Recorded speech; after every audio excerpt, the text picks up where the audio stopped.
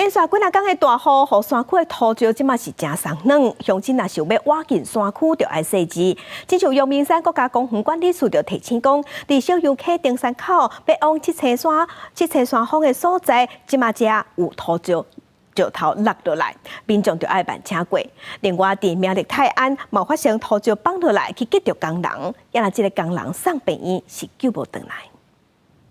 顶手中的病部虽然有风雨网看到，不时也有烂山的土石滚落来。苗栗县泰安乡苗62线大约8.9公里所在，当日进行边部修缮工程所发生意外。早起10点外，亲像因为连日大雨造成土石松动，当日进行工程的人员甲几乎拢互土石击着。现场工程人员于路面上准备施工工具时，山壁上落石突然砸下，一名工人头部外伤，手有骨折。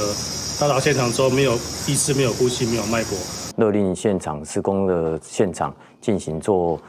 停工啊，现场做一些